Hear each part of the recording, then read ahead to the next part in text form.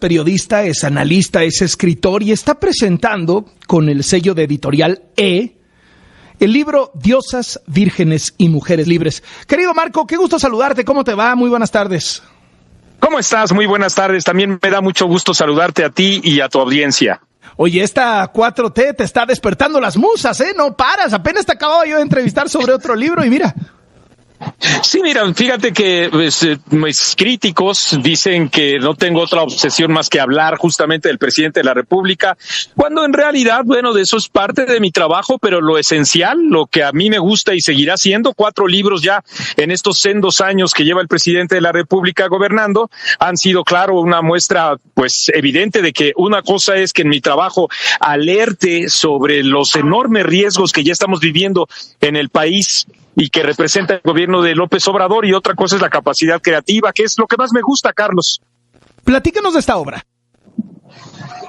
Creo que 2 ejemplos podrían ayudar para entender al menos cuáles son las principales motivaciones que tengo. Una, el recuento de cuando viví en mi niñez la presencia de Luis Echeverría Álvarez y el entorno de un gobierno mesiánico con un presidente que se sentía la encarnación del pueblo y un discurso que no admitía nada más que la voz del propio presidente. Entonces yo, un niño, jugaba, recuerdo, con un matamoscas, Carlos, que era mi espada sin la red, y jugaba con ella, peleaba, sentía que estaba combatiendo a los malos. Si 45, 50 años después, surge igualmente un personaje que se siente la encarnación del país, en donde su discurso es el único que cabe y la actividad de comunicación de los medios no tenía ningún otro sentido nada más que aplaudirle, y quienes no lo hicieran pues eran los traidores de la nación y los traidores de el proyecto del presidente. Y entonces me remití de nuevo a mi espadita de plástico, nada más que 50 años después, en donde trataba de combatir ese discurso que yo había vivido, pero que tenía la misma importancia, ese plástico que no podía contra los medios de comunicación electrónicos, las televisoras, toda una maquinaria de poderes fácticos, el acuerdo entre el presidente, ahora presidente López Obrador, y la administración saliente, y me sentía como con una espadita de plástico, advirtiendo lo que sobrevendría, y sin embargo, pues lo que estamos viviendo ahora. Creo que ahí se muestra, una reconstrucción, porque eso es a final de cuentas el empleo de la palabra, Carlos, una reconstrucción de lo que ha significado en nuestras vidas, en el país.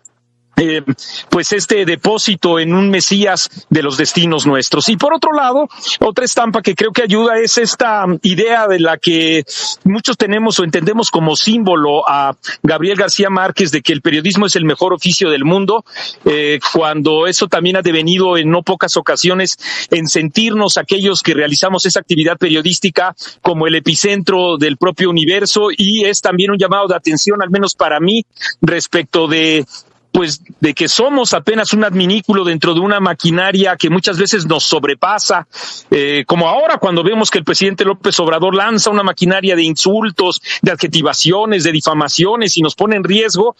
No podemos hacer otra cosa más que seguir haciendo nuestro trabajo. Eso es, 2 elementos que pueden rescatar algo de lo que significa esta obra, que implica también el reconocimiento del desarrollo del feminismo, en fin, ¿no? Abordas el tema del feminismo, abordas el tema del desnudo, abordas el tema del machismo, Marco.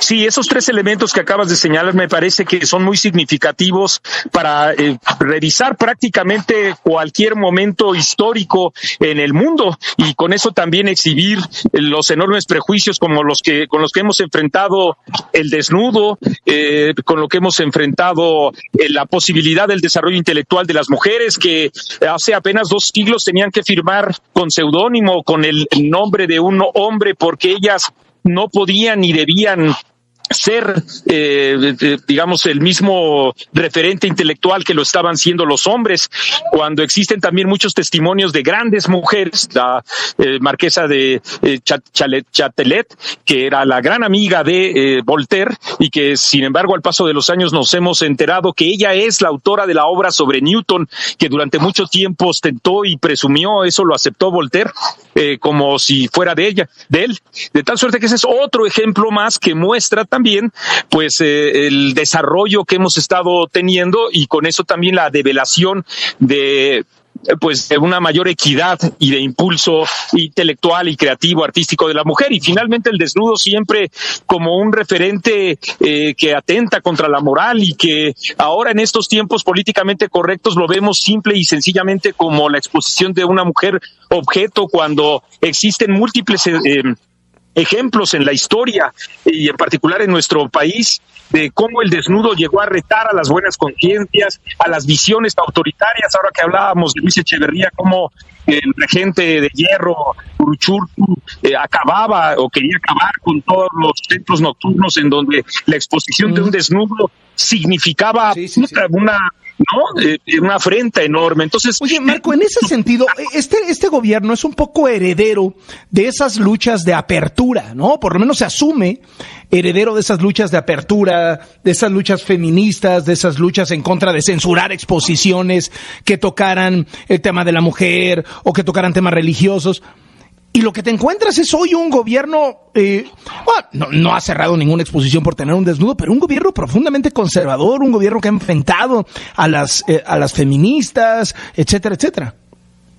Sí, claro. El presidente de la República, además de que nunca ha tenido una expresión en favor de las luchas de las propias mujeres en sus distintas facetas periodísticas, intelectuales, culturales, en fin, también ha sido un hombre profundamente conservador, y que con un discurso populista ha tratado de persuadir de ser lo contrario, cuando en efecto estamos en presencia además de un entorno que le es favorable a él, en donde a final de cuentas esas expresiones de desnudos y todo, tú te das cuenta cómo muchos de sus seguidores lo ven como malo, como atentatorio de la moral y las buenas costumbres. Andrés Manuel López Obrador se sustenta fundamentalmente en visiones conservadoras, nunca se ha expresado en favor de la eutanasia, en favor del derecho al aborto, ni nada, ya no digamos desde luego con las víctimas o en favor de las víctimas de estas mujeres, y como en el entorno de Luis Echeverría, donde